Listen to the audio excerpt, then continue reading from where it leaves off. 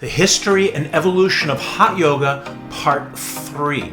Part 1, we talked about Vishnu Ghosh, the forefather of Hot Yoga.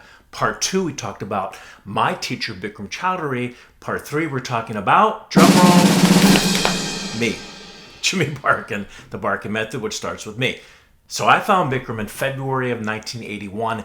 In my past videos, I misremembered and thought it was 1980 for some reason, but it was 1981 because I got to Los Angeles from New York at the latter part of 1980. When I first got to Los Angeles, my girlfriend at the time, who later became my first ex-wife. Oh no, really? Unfortunately, a number of them. She found Bikram the very first day we came to Los Angeles. She was just looking for an exercise class. I didn't want to go because I had taken yoga in college. I was a theater major at NYU and it was a requirement. We actually did our yoga class in the lobby at the Majestic Theater, and for half the class the teacher had us sitting in lotus position, which I wasn't able to do. So I didn't like the class. The only thing I liked about the class is that he gave everybody an A+. I guess he figured that was his spiritual calling, to give everybody an A+, so that was great. So before we continue on, if you're new to the channel, please consider subscribing, hit the notification bell. If you're enjoying this video, hit the like button. You want to learn all about hot yoga tutorials, flows, and factoids. Hit the subscribe button and the like button right now. But after about 3-4 weeks, my girlfriend was doing the first breathing exercise, and I was actually reading a book that was written by a yoga teacher, and I heard the back of the throat breathing for the first time. When we do, she was in the living room and she was doing the breathing.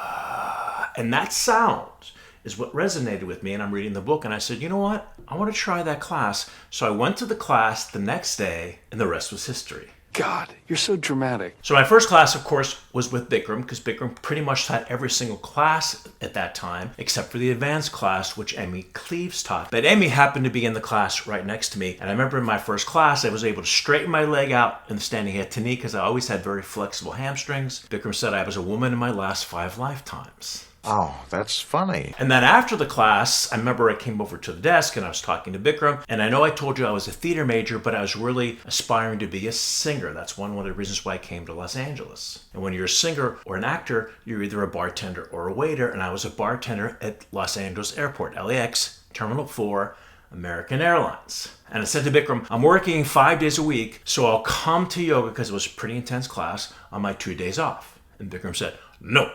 You got to come at least 3 times a week. So then I said, okay, I'll cowboy up one day and I'll do the class and then I'll work. In a very short period of time, not only was I coming every day, we started coming twice a day. And eventually, and this is my teacher training program, and I've told you this before in videos, we were doing 3 classes a day. And on my days off, I'd come back in the afternoon and do a 4th class. And because I did so many classes, I advanced very quickly. One of the main intentions in the way Bikram used to teach in the old days was to get you to the next level. And within 3 months, I was doing the full standing head to knee pose, as you can see in this picture. So let's sidebar real quick, talk about standing head to knee. In the old days, I had a hyperextended knee, and Bikram always talked about lock the knee, lock the knee. And you can see in this picture how my standing leg was hyperextended.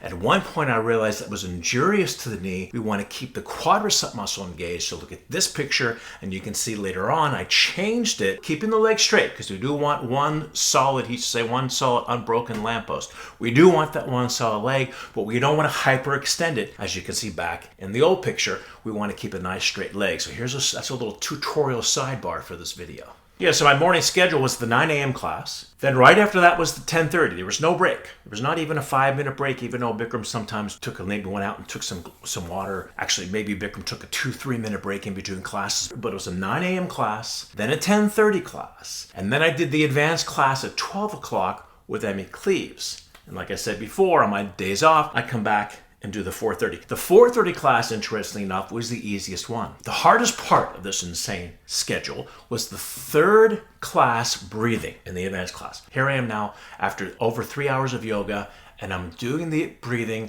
and I look across, and the person that was doing the teacher training program with me was Paul Grilly, who later was one of the founders of Yin Yoga. So I look over and say, well, if Paul's doing it, I guess I can do it anyway. But that was the hardest part, the breathing of the 3rd class, because I was like, oh my God, I got to go through all this again. Actually, it was even more intense because it was the advanced class. So why were we doing so much yoga, you may ask? Because Bikram set the bar so high. Bikram would always talk about how much yoga he did when he was young. He would do 15, 16, 18 hours a day, which is probably an exaggeration because Bikram definitely loved to exaggerate. So but I'll give him a break. Maybe he was doing 7, 8 hours a day, but he was doing a tremendous amount of yoga. And we were just trying to keep up with Bikram's standard. He set that bar so high. So 3 classes a day, 4 classes a day was nothing compared to 15 hours. And this was in the height of Bikram's career in Beverly Hills, and in the class many times were these celebrities that you'd see. Quincy Jones was actually in the middle of producing the Thriller album with Michael Jackson, that later became one of the most highly awarded albums of all time.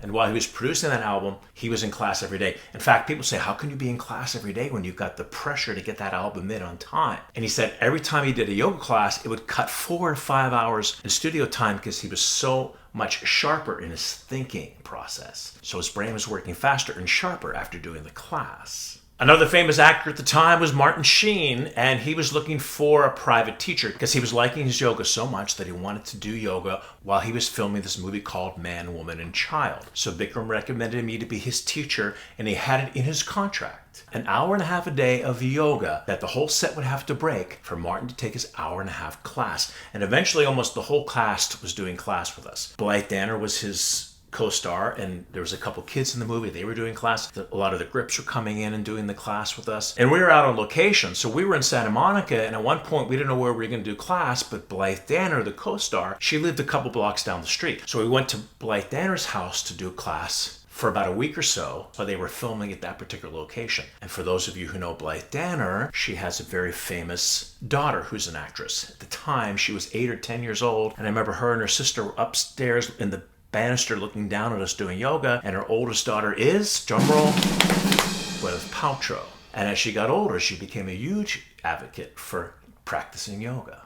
And also, Martin Sheen's wife, Janet, she became a fanatic yoga student, and she was doing 3 classes a day with us as well. And then we became very good friends. We would go out to the house in Malibu. Actually, one time I spent Christmas dinner at Martin and Janet Sheen's house, and that's the time when their oldest son, Emilio Stefan, was dating Demi Moore. Sometimes Rob Lowe would come over to the house, so it was a fun time in Malibu, California, doing yoga 3-4 classes a day. But now it was time to leave California and come to Florida. But now my chapter was ending in California, and that's when I moved to South Florida. So at the end of 1982, that's when I moved to South Florida. Actually, I was thinking of opening a studio in Newport Beach, California, but my father, who I was very close with, talked me out of it because he was from Pittsburgh, but he would come down to South Florida, Boca Raton. He talked me into relocating to South Florida instead of Newport Beach, which was a great decision because, one, I love South Florida and all the people in Fort Lauderdale that supported my studio for 40 years, but I was also very close to my father, so it was great to spend the last 30 years of his life together.